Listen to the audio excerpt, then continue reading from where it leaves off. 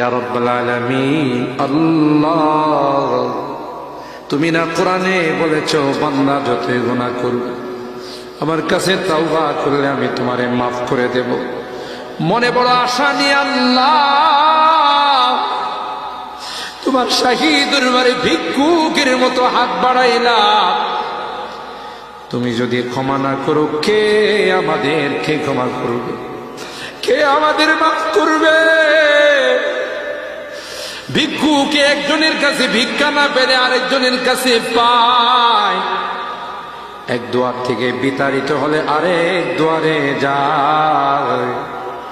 তোমার দরবার থেকে যদি মাহরুম হয়ে যায়, বিতাড়িত হয়ে যায়, কার কাছে যাব? কে আমাদেরকে ক্ষমা করবে?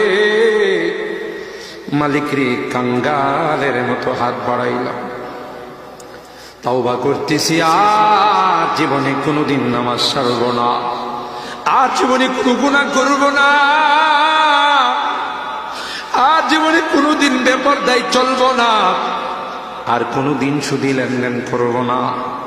কিয়ামতের কঠিন ময়দানে আমাদের